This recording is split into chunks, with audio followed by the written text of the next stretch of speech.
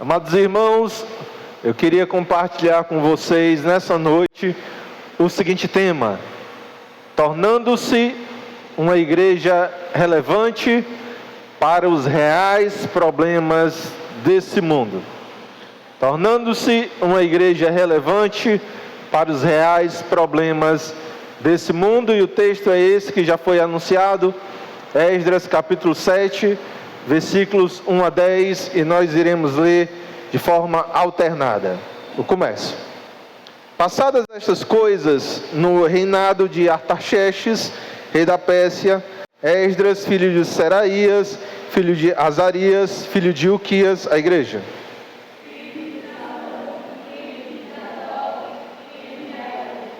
Filho de Amarias, filho de Azarias, filho de Meraiote,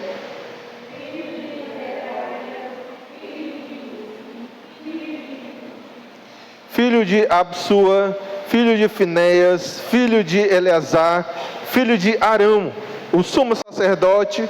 Este Esdras subiu da Babilônia.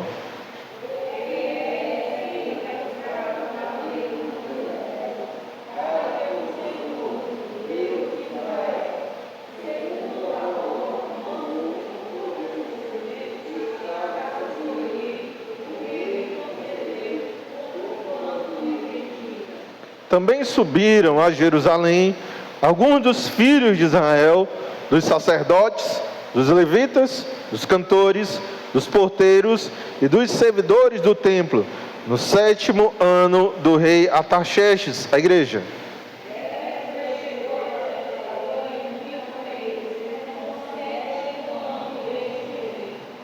Pois no primeiro dia do primeiro mês partiu da Babilônia, e no primeiro dia do 5º mês chegou a Jerusalém, segundo a boa mão do seu Deus sobre ele. 10 todos. Porque Esdras tinha disposto o coração para buscar a lei do Senhor, e para a cumprir, e para ensinar em Israel os seus estatutos e os seus juízos. Amém. Palavra do Senhor. O que é uma igreja relevante? Ou ainda, o que é um cristão relevante? Estas, irmãos, são perguntas importantes nesta noite, por pelo menos 2 motivos. Veja, em primeiro lugar, por causa da grande missão e da grande responsabilidade que está sobre os nossos ombros. Você deve se lembrar que Cristo Jesus falou sobre isso, fazendo uso de 2 figuras de linguagem. Cristo nos disse que nós somos sal da terra e luz do mundo. Nesse mesmo sentido, amados, o apóstolo Paulo, em Efésios, capítulo de número 6, versículo 20, chama-se a si mesmo de embaixador, e acrescento, de Cristo, mesmo que em cadeias. E em 2 Coríntios 5:20, ele, ao se dirigir agora ao povo do Senhor, chama a cada um de nós também de embaixadores em nome de Jesus. Portanto, nós somos agentes de Deus aqui nessa terra. Nós somos chamados pelo Senhor para cumprir uma das mais importantes missões que possam existir, talvez a mais importante que possa existir. De fato, meus amados irmãos, e é isto que nos leva à nossa primeira reflexão nessa noite. O fruto e a consequência necessária do cumprimento dessa nossa missão é o que torna a igreja, individualmente, cada um de nós, cristãos e igrejas relevantes aqui nessa terra. Nós, de fato, precisamos ser igrejas relevantes e entender nessa noite o significado daquilo que compreende ser isso. O que é uma igreja relevante? O que são cristãos relevantes? Em segundo lugar, irmãos, eu quero parar nessa noite e refletir sobre estes assuntos com vocês pelo segundo motivo. Existe, de fato, em boa parte da igreja evangélica brasileira, uma má compreensão sobre esse assunto. Nós, irmãos, de fato, falhamos em entender o significado dessas coisas. Porque, veja, para muitos, o que é ser relevante? Para muitos irmãos, ser relevante é tão somente ser uma igreja atual, ser uma igreja jovial, leia-se, ser uma igreja antenada com as últimas tendências do mercado gospel.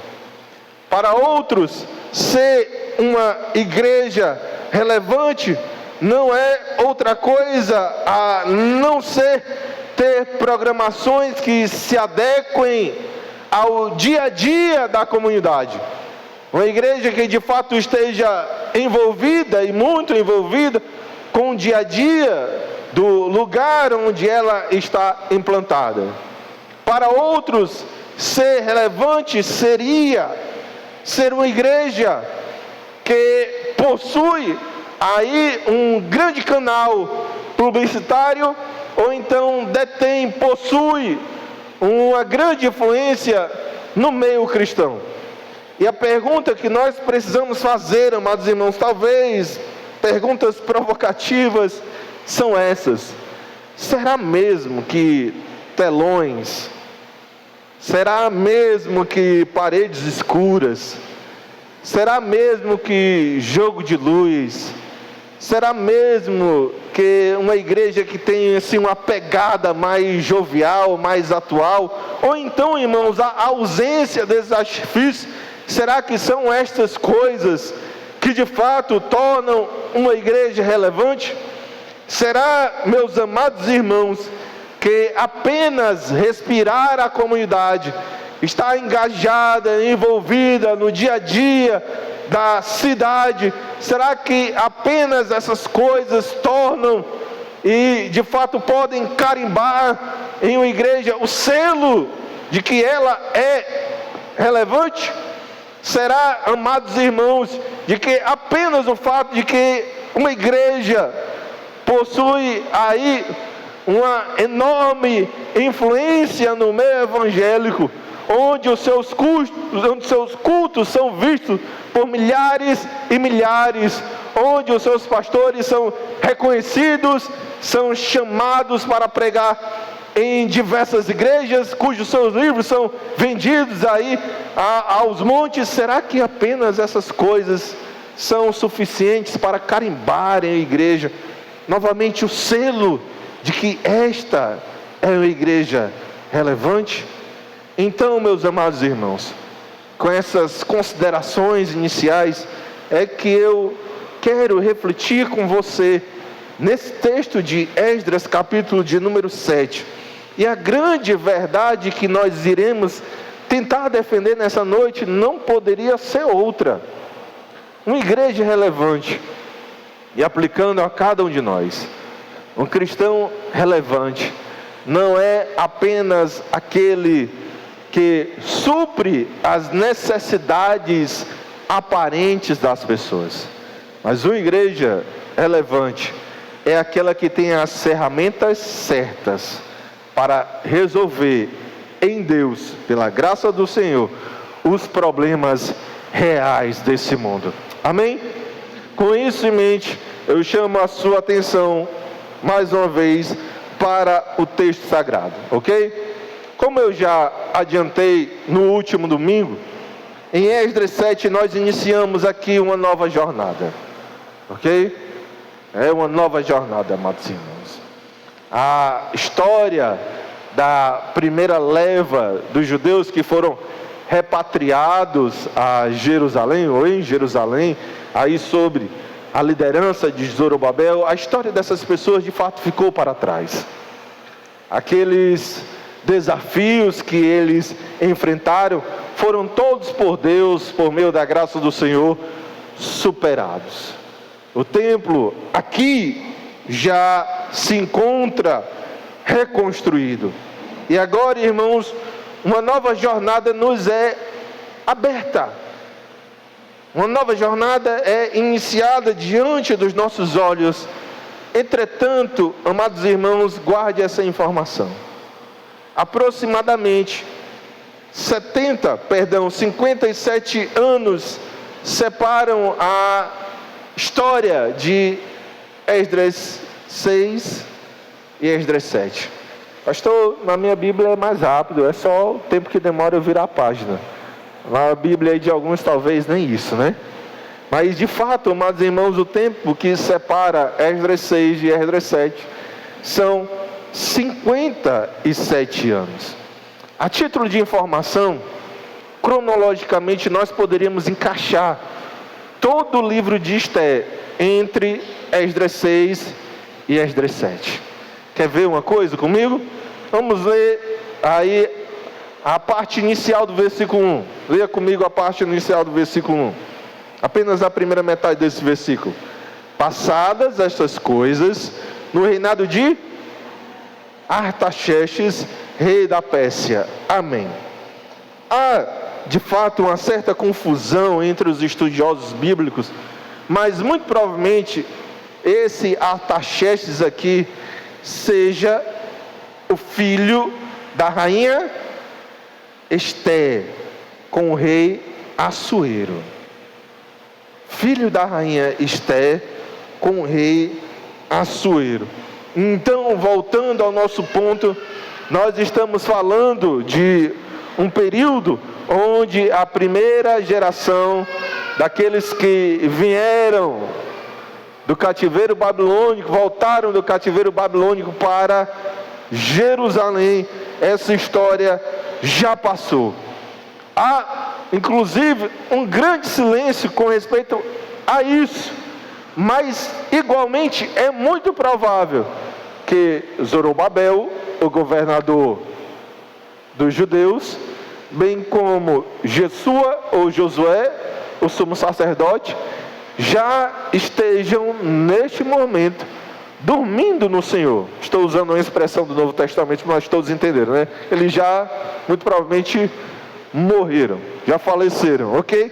E aqui nós vemos a chegada deste que é o personagem que dá nome a este livro. Nós vemos a chegada de quem? De Esdras. Não é isso que nós vemos em Esdras 7? Amém? Nós vemos de fato a chegada de Esdras. Agora, amados irmãos, uma informação das mais importantes. Ouça isso e guarde essa informação, certo? O evento que nós encontramos em Esdras 6, e eu estou falando da reconstrução do templo. E o evento que agora nós encontramos em Esdras 7, eu estou falando da chegada desse personagem. Estes dois eventos, amados irmãos, são os eventos mais significativos em todo esse livro. Na verdade, eles são eventos que funcionam aqui como catalisadores de toda essa história. Se me permitem aqui uma figura de linguagem, nós poderíamos dividir o livro de Esdras, e de fato ele está dividido assim, em duas partes. Esdras 1 a 6, a primeira parte desse livro. E nós podemos ver ou imaginar essa parte do livro de Esdras funcionando aí como um rio que deságua até o capítulo 6 de Esdras, ok? Ou seja, amados irmãos, a gente só consegue entender Esdras 6, a reconstrução do templo, quando nós analisamos tudo que vem antes. E foi exatamente assim que nós trabalhamos no último domingo. Vocês lembram? Amém? Agora veja, quando nós olhamos para a segunda parte desse livro, eu estou falando dos capítulos 7 a 10. Nós também, irmãos, imaginamos aqui a mesma figura de um rio. Agora, só que este rio flui em um sentido contrário. Agora, tudo, irmãos, deságua no capítulo 7 de Esdras. De forma que nós só entendemos de forma mais clara este capítulo quando nós compreendemos tudo o que vem depois. Todos entenderam? Amém? Como é que a gente entende então Esdras capítulo 7? Analisando os capítulos 8, 9 e 10. Eu, irmãos, vou tentar não complicar muito isso aqui, ok? E também não é do meu interesse ficar dando muitos spoilers do que vem pela frente, ok? Então a gente vai ficar só com 2 exemplos. Vamos ver o rio da segunda parte do livro de Esdras correndo em sentido contrário, amém? Abre aí a sua Bíblia em Esdras capítulo 9. Esdras capítulo 9. E coloque o seu olho santo nos 2 primeiros versículos desse capítulo. Versículos 1 e 2 de Esdras 9. E apenas com a sua leitura silenciosa, nós não vamos ler publicamente, você vai ler silenciosamente, ok? Tente perceber que nesse período os judeus precisavam de um líder capaz de lidar com um grande problema espiritual. Tente identificar o problema. O povo de Israel não se separou das abominações dos povos de outras terras e estavam se casando com mulheres estrangeiras, algo que não lhes era permitido, algo inclusive que foi um dos motivos que despertou, que provocou a ira do Senhor e a consequente vinda de Nabucodonosor. Você percebeu? O problema que está aqui no decorrer que nós iremos encontrar na segunda parte do livro de Esdras. Agora você vai voltar para Esdras 8. O rio está correndo no sentido que, irmãos? Contrário, ok? Então coloque o seu olho santo em Esdras capítulo 8, para ser mais preciso, os versículos 21 a 23. E novamente com a sua leitura silenciosa, tente perceber agora que nesse período os judeus precisavam de um líder sábio bastante para lidar com um momento de crise, ok? E neste momento de crise, amados irmãos, despertar o povo e incentivar o povo a buscar e a confiar mais no Senhor. Você consegue perceber isso? Amém? Todos perceberam? Amém, amados? Então entendamos isso. O próximo líder que será levantado por Deus teria que ter as habilidades necessárias para lidar com problemas, irmãos, extremamente complexos. Problemas estes que, se não forem lidados corretamente, podem trazer sérios danos e traumas espirituais para o povo do Senhor. E aqui Esdras nos é apresentado como este líder. Na verdade, irmãos, mais do que apresentar Esdras como um líder levantado por Deus, o texto de Esdras 7, versículos 1 a 10, nos apresenta aí pelo menos 2 qualidades de Esdras, e são elas que nos interessam nessa noite, para nós respondermos aquelas nossas perguntas iniciais. Como é uma igreja relevante? Como são cristãos relevantes? Amém, amados irmãos? Então, olhando mais uma vez para o texto, veja comigo as qualidades de Esdras e sejamos, por Deus, alimentados e edificados pela sua palavra. Amém? Então, em primeiro lugar, eu chamo a sua atenção para os versículos 1 a 5 e também para este detalhe. Uma igreja relevante, ouça isso. Uma igreja relevante é aquela que entende que está exatamente onde ela deve estar, ou melhor, ela está exatamente onde Deus quer que ela esteja. Amém, amados? Então leia comigo aí os versículos 1 a 5. Eu começo e a igreja continua. Amém? Diz assim a palavra do Senhor. Passadas estas coisas, no reinado de Artaxerxes, rei da Pérsia, Esdras, filho de Seraías, filho de Azarias, filho de Uquias, filho de Salum, filho de Zadok, filho de Aitube, a igreja.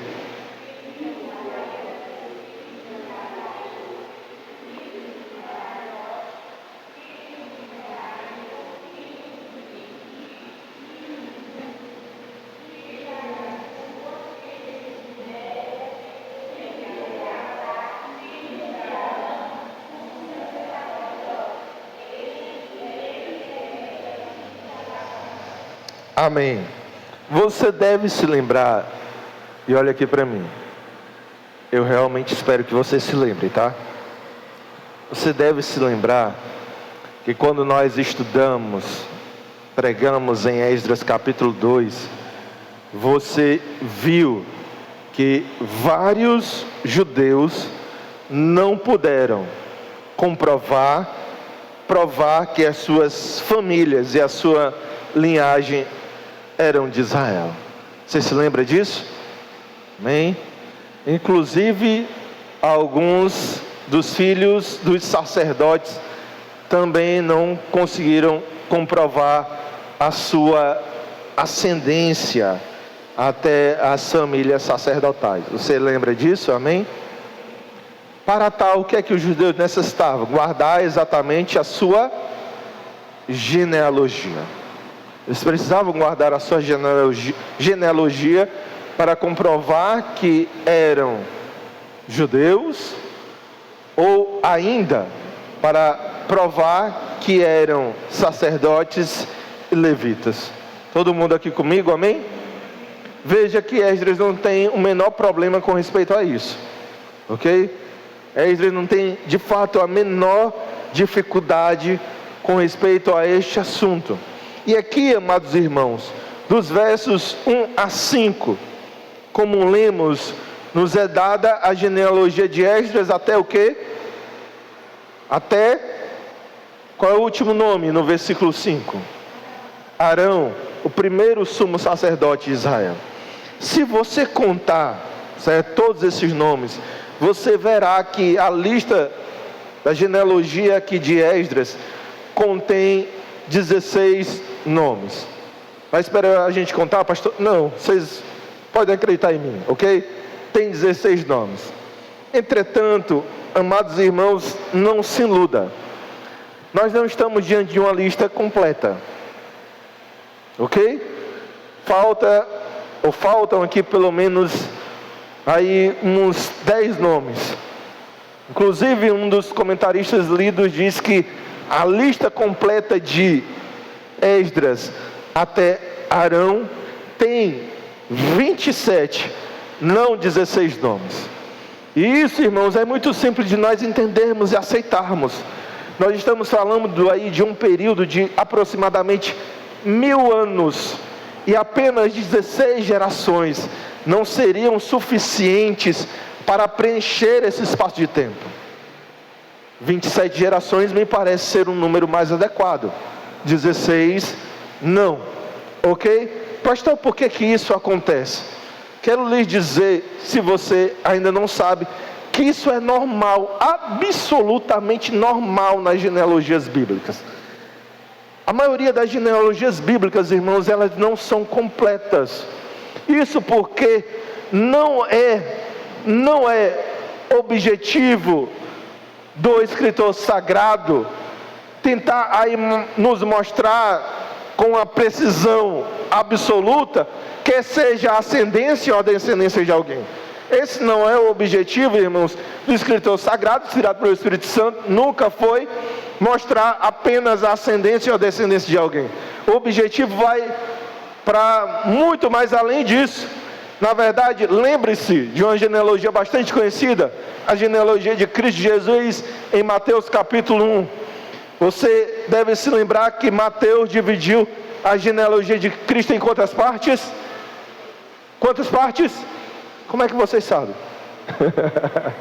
3 partes.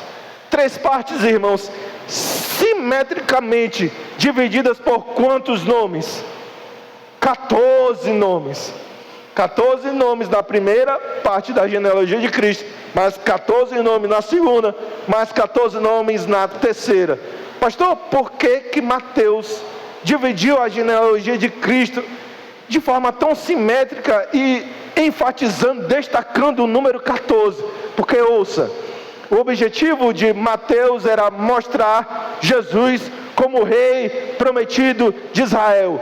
E o número 14 é representativo do nome Davi. É por isso que Mateus divide a genealogia de Cristo em 3 partes, 14 nomes, que o objetivo do evangelista Mateus é mostrar Jesus como rei, e o número 14 é representativo do nome Davi.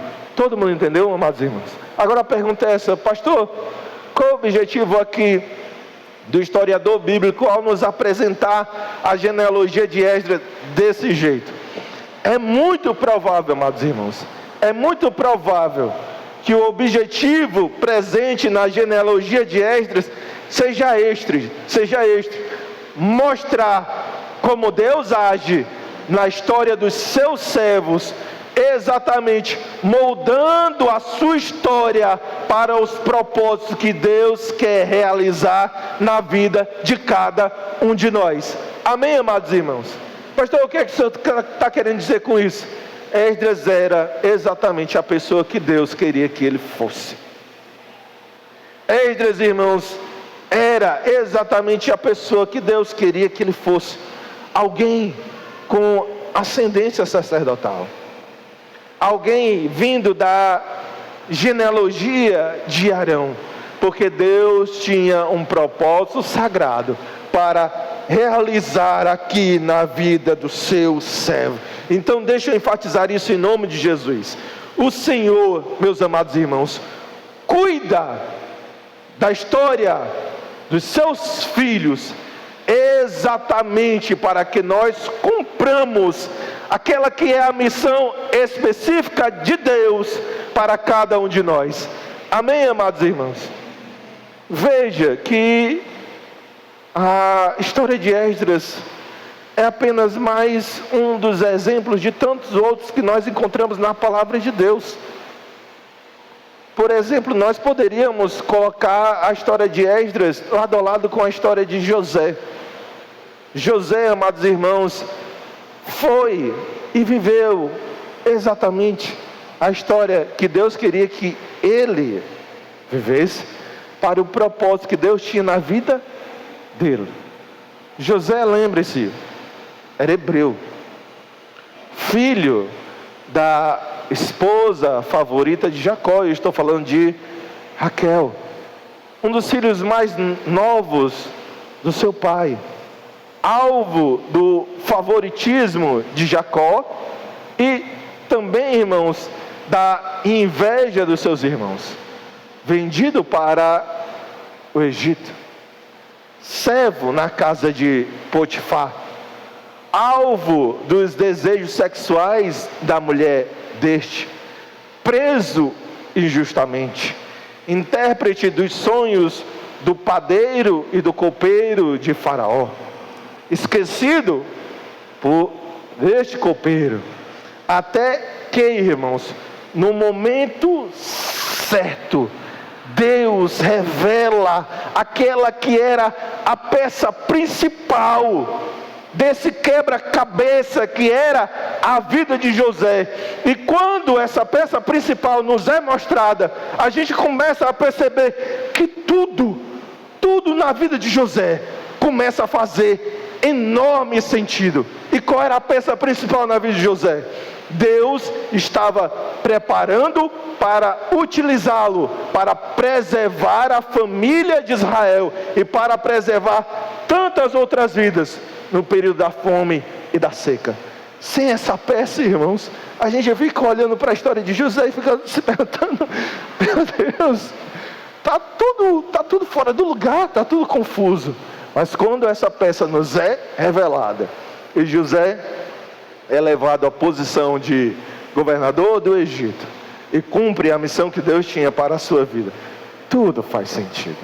Eu poderia, irmão, citar aqui outras histórias. A história de Moisés é bastante significativa também, nesta mesma lógica, assim como foi a história de Davi.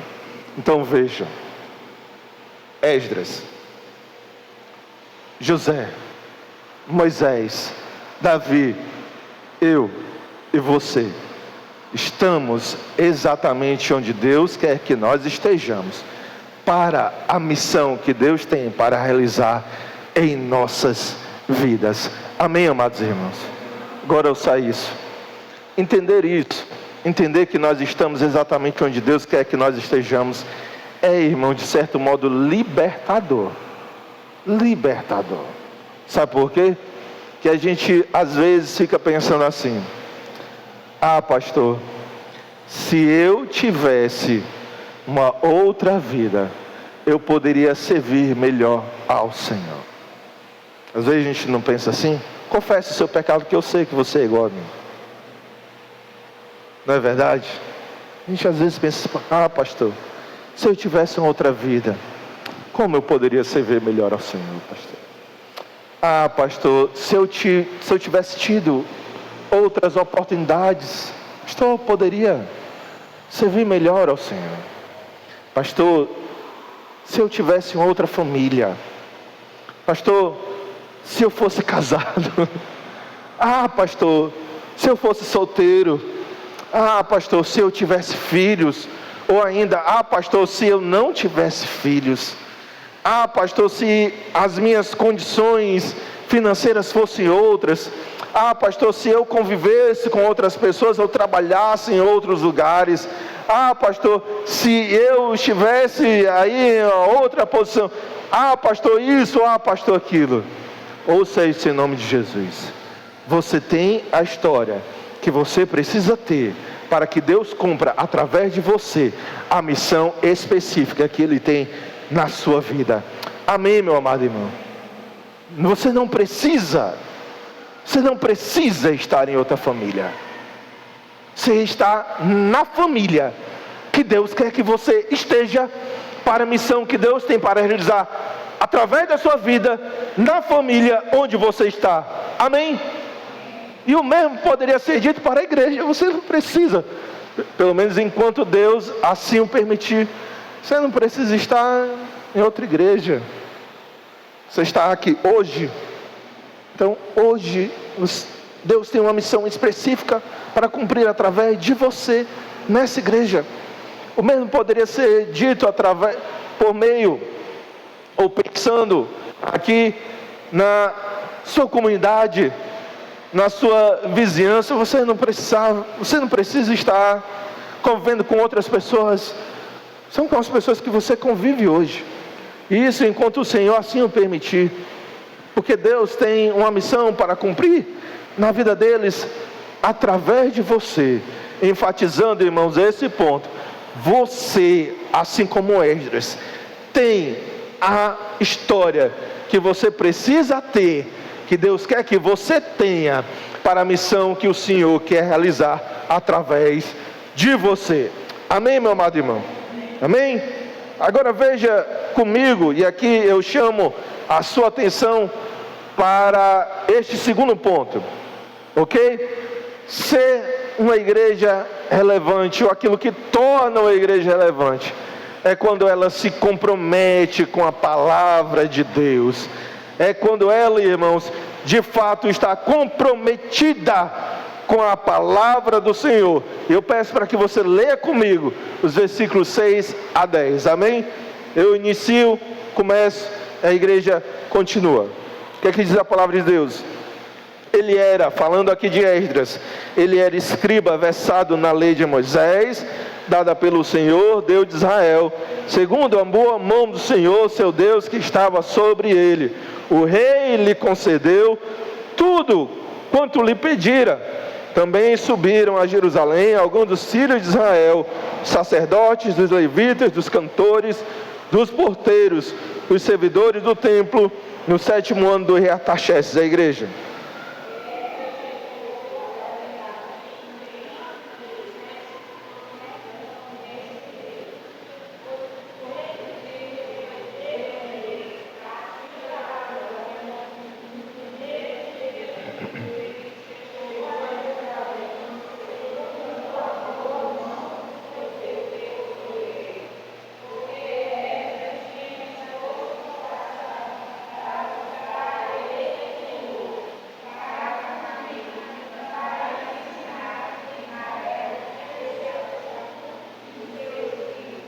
Amém, amados. Antes de tudo, eu não poderia deixar de pontuar o seguinte: eu não tenho nem dúvidas do que eu vou lhes dizer agora. Se nós transportássemos o período pós-exílico de Israel, que nós estamos lendo acontecer agora. Se nós transportássemos esse período para os nossos dias, irmãos, Esdras não seria o líder que a igreja evangélica brasileira escolheria para essa missão aqui. Não seria. Não tenho nem dúvidas de dizer isso. E repito, se for necessário, Esdras não seria o líder que a igreja evangélica brasileira escolheria para essa missão. Já já nós vamos nos lembrar o que é que significa ser um escriba, mas por hora, guarde apenas essa informação. Um escriba era um especialista na palavra de Deus, igualmente hábil para ensinar e aplicar a palavra do Senhor. É isso, irmãos, que competia ao escriba, ser um especialista da palavra de Deus, uma pessoa igualmente hábil em ensinar, explicar e aplicar a palavra do Senhor, ok? Mas não é esse tipo de liderança que a igreja evangélica brasileira procura hoje. Não é esse tipo de liderança que a igreja evangélica brasileira busca em nossos dias. E aqui, irmãos, eu preciso fazer este alerta. Sabe qual é o tipo de liderança que a igreja evangélica brasileira procura, infelizmente, nos nossos dias? São aqueles líderes cheios de mandingas. Você não ouviu errado, não. Eu disse exatamente isso. Mandingas, certo? Pessoas que se apresentam como se fossem grandes líderes cheios de quê? De unção. É ou não é verdade? Pessoas que fazem aí os outros rodopiar, sapatear, rodar ou qualquer outra bizarrice, amados irmãos, que, como nos alerta a epístola de Judas, em nada são providas do Espírito Santo. Em nada são providos do Espírito Santo. Mas é esse tipo de liderança que a igreja evangélica brasileira, infelizmente, procura em nossos dias. Sabe qual é o outro perfil de liderança que nós, em termos gerais, procuramos? Nós procuramos, irmãos, uma liderança que é hábil em entreter, hábil, irmãos, em contar histórias, hábil, amados irmãos, em ser aí animadores de palco, em contar piada. Líderes hábeis em falar apenas aquilo que as pessoas querem ouvir. Mas veja, Esdras, em absoluto, não se enquadra nesse perfil. Infelizmente, a igreja evangélica brasileira, em termos gerais, tem buscado todo tipo de liderança, menos uma: aquela que verdadeiramente importa. Aquela, irmãos, que pode nos tornar muito mais do que uma igreja inchada ou influente, mas de fato uma igreja relevante. Aquela, irmãos, que pode nos tornar uma igreja que seja canal nas mãos do Senhor para propagar as boas novas do Evangelho e ser um instrumento de transformação nas mãos do nosso Deus. E eu estou falando de uma liderança comprometida com as Sagradas Escrituras. Esta, irmãos, é a única ferramenta que pode tornar a igreja evangélica, as nossas igrejas, relevantes no meio desse mundo. Veja, as pessoas não precisam de mais engajamento. Não é isso que as pessoas precisam. O que falta nas pessoas, amados irmãos, não é maior interesse. O que falta nas pessoas não é qualquer outra coisa. Isso tudo é apenas consequência de um problema maior. Um problema que nos acompanha desde Gênesis 3. Um problema, irmãos, que tem inclusive nos afastado do nosso Deus. E eu estou falando do problema do pecado. O homem, de fato, tem apenas uma necessidade. Todo ser humano precisa ser convencido do pecado, da justiça e do juízo. E só existe um que faz isso. Quem é? O Espírito Santo. E o Espírito Santo só age desta maneira quando a igreja, irmãos, quando a igreja prega fielmente a palavra do Senhor. Quando a igreja prega fielmente a palavra do Senhor. As transformações profundas, perenes, que nós tanto desejamos ver acontecer nos ambientes que nós frequentamos, só acontecerão, irmãos, quando nós nos tornarmos mais comprometidos com a palavra de Deus. A sua família não precisa de outra coisa. A sua família precisa da palavra do Senhor. As transformações perenes e profundas que você tanto espera ver acontecer na sua família, só de fato acontecerão quando você se tornar uma pessoa mais comprometida com a palavra de Deus. As transformações perenes e profundas que nós esperamos ver acontecendo na nossa comunidade, de fato, só acontecerão, amados irmãos, quando as nossas igrejas se tornarem mais comprometidas, compromissadas com a palavra do Senhor.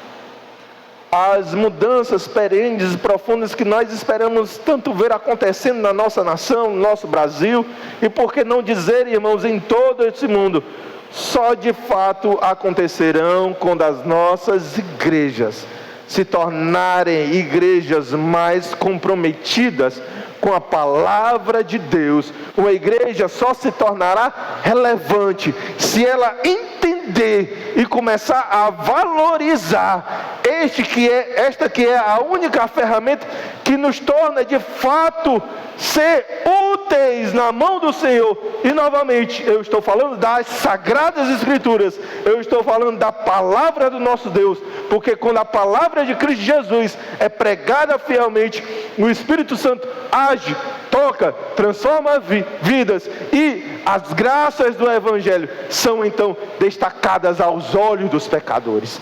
Amém, amados irmãos? Na verdade, eu queria mostrar algo para vocês.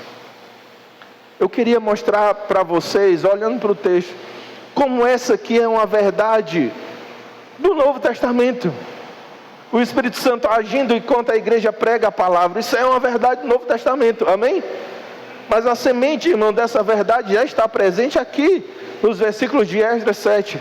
Veja comigo, tente destacar aqui essas duas expressões. Na verdade, é uma só, com uma pequena variação, certo? Tanto no versículo 6, como no versículo 9, você vai destacar essa frase aqui, ó. No versículo 6, segundo a boa mão do Senhor, seu Deus, que estava sobre ele. Você encontrou? Destacou? Amém? Agora no 9, veja. Segundo a boa mão do seu Deus sobre ele. Veja, irmãos, no texto, Deus agindo através da vida de um homem comprometido com a sua palavra. Amém? Vejamos mais. Olhe novamente para o texto e veja como, irmãos, através da vida de um homem comprometido com a sua palavra, Deus faz com que as coisas aconteçam. Ok? No versículo 6, olhando aí para o versículo de número 6, perceba que o rei concedeu tudo aquilo que Esdras lhe pedira. Você percebeu? Amém? No versículo 7, agora olhando para o versículo 7, perceba Esdras incentivando a segunda leva dos judeus para retornarem da Babilônia para Jerusalém. Você percebeu? Amém? E finalmente aqui nos versículos 8 e 9, perceba como foi bem sucedida aí a viagem de Esdras juntamente com os demais judeus que retornaram para Jerusalém. Deus faz as coisas acontecerem quando um homem, uma mulher do Senhor, se compromete com a sua palavra. O que é que nos tornará uma igreja relevante? O que é que produzirá impacto nas nossas famílias, na vida dos nossos filhos, nos nossos casamentos, na vida dos nossos vizinhos, na vida dos nossos amigos, na vida dos nossos colegas de trabalho, na vida daqueles que moram na nossa comunidade, na nossa nação?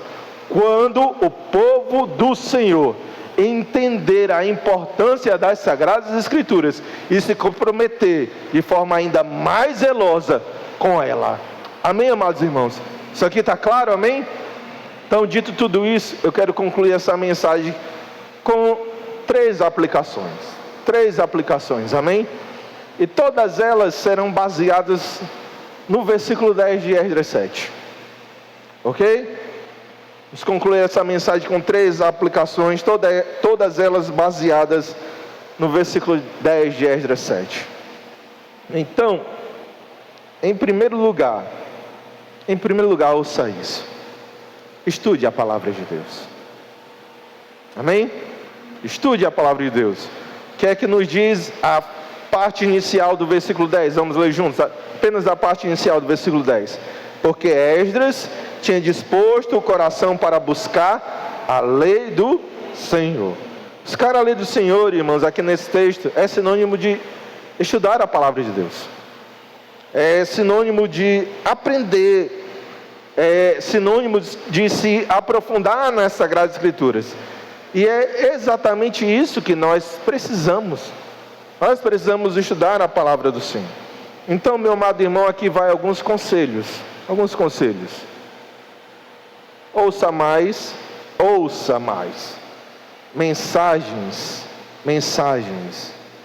de homens de Deus, verdadeiramente comprometidos com o ensino fiel das Sagradas Escrituras. Primeiro conselho: ouça mais mensagens de homens de Deus, verdadeiramente comprometidos com o ensino fiel das Sagradas Escrituras. Eu vou querer também, viu? Segundo conselho: compre aí bons livros que lhe ajudarão a entender mais a palavra do Senhor. Amém? Você quer estudar mais a palavra de Deus? Então compre bons livros que lhe ajudarão a entender melhor a palavra do Senhor. Terceiro conselho: se possível, compre uma Bíblia de estudo, sabe? Uma Bíblia de estudo, que você possa também, em casa, meditar e se aprofundar nas Sagradas Escrituras. Então, valorize ainda mais a palavra do Senhor. Entenda que ela é a única ferramenta que nos transformará na igreja verdadeiramente relevante. Segunda aplicação, amados irmãos, é esta: pratique a palavra de Deus. Pratique a palavra de Deus. Leia comigo a segunda frase do versículo 10. Vamos ler juntos. É bem curta a frase, certo? E para a cumprir. Veja, a igreja não pode cair no mesmo erro dos escribas e fariseus da época de Jesus. Pregar aquilo que ela não vive. A gente não pode, amados irmãos, cair nesse erro. E talvez você nesse momento esteja pensando o seguinte: pastor, eu acho que tem alguma coisa, não está, sabe, encaixando, pastor. Pastor, eu acho que tem alguma coisa aí na sua mensagem que não está fazendo muito sentido na minha vida, pastor. Porque o senhor nem sabe, se me chamar, esses tratamentos eu não me incomodo não, tá? O senhor nem sabe o quanto eu tenho pregado a palavra de Deus para os meus filhos, meu cônjuge, para os meus parentes, para os meus amigos, e eu não estou vendo as coisas acontecendo. Então ouça isso. Óbvio que Deus tem o seu tempo e Deus tem os seus escolhidos, ok? Mas não obstante, você e eu precisamos fazer a seguinte reflexão: será que nós além de pregarmos o que já é muito, além de pregarmos a palavra de Deus, temos vivido a palavra do Senhor? Essa é a reflexão que eu e você precisamos fazer. Será que os nossos filhos, os nossos cônjuges, nossos colegas de trabalho, nossos parentes, os nossos amigos, os nossos vizinhos, aqueles que moram na comunidade que nós também habitamos, será que todas as pessoas que estão ao nosso redor, será que eles veem nós não apenas apregoando a palavra de Deus, mas nós também praticando as Sagradas Escrituras? Será que essas pessoas conseguem ver em nós muito mais do que bons pregadores, mas praticantes desse evangelho que nós anunciamos? Amém, amados irmãos? Ouça isso em nome de Jesus. A igreja é a única vitrine que o mundo tem para ver se de fato o evangelho é um bom remédio para os seus problemas espirituais. Todos entenderam? A igreja é a única vitrine que o mundo tem para ver, para enxergar que de fato o evangelho é um excelente remédio para os problemas espirituais que o ser humano enfrenta. E quando nós não praticamos a palavra de Deus, quando nós não praticamos a palavra do Senhor, nós enviamos a seguinte mensagem para o mundo: o evangelho não dá certo, o evangelho não é um bom remédio. Mas ouça isso, o contrário também é verdadeiro.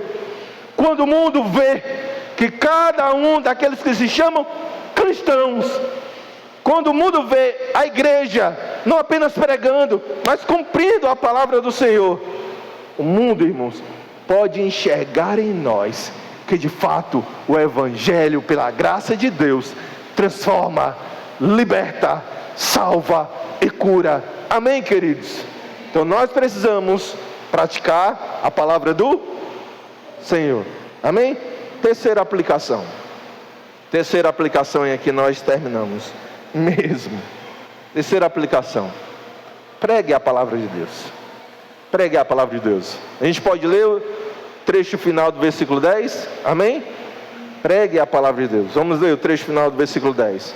E para ensinar em Israel os seus estatutos e os seus juízos. Aqui, amados irmãos, eu quero fazer uma pequena correção em uma frase que pode ser mal entendida. Tem gente que diz assim: depois que você estudar, depois que você praticar, pregue a palavra de Deus. Parece ser bem lógico esse tipo de coisa, né? Esse tipo de frase parece até ser piedosa, né? Esse tipo de mensagem parece ser piedosa. Não, depois que você estudar, depois que você praticar, pregue a palavra de Deus. Não é essa a ideia aqui de Esdras 7, versículo 10. Sabe qual é a ideia aqui? Enquanto você estuda, você pratica a palavra do Senhor. E enquanto você pratica, você prega a palavra do Senhor. E também, enquanto você prega, você não esquece das demais coisas, que é estudar e praticar a palavra de Deus.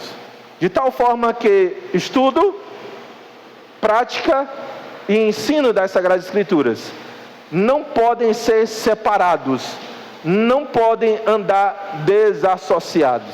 Então, meu amado irmão, pregue hoje, agora, já as Sagradas Escrituras. Não, pastor, agora eu vou chegar em casa e vou começar a estudar a Bíblia, depois que eu terminar os meus estudos. Não, é agora, é hoje, enquanto você estuda. Não, pastor, depois que eu consertar a minha vida, aí eu vou começar. Não, é hoje, é agora, é já. Você vai fazer as três coisas ao mesmo tempo, a partir de hoje. Amém, igreja? Amém, igreja? Amém. Estudar, praticar e pregar. Entendendo que esta é a ferramenta, a única ferramenta que nos torna uma igreja relevante para os problemas reais deste mundo. Amém, amados irmãos?